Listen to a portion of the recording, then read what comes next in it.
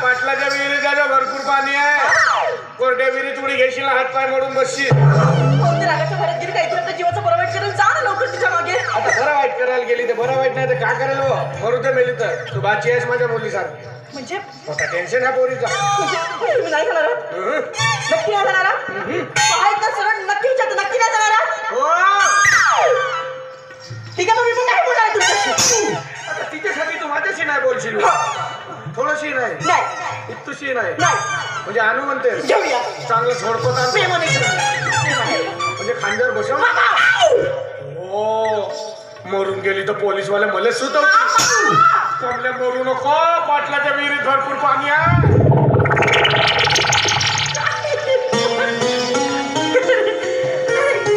भांडणातही व्हायचं ओलावा एकमेकांवर दुसऱ्या यांच्या काळजातच निस्वार्थ प्रेम दळलंय आणि तेच प्रेम मला सुद्धा या घरात मिळालं.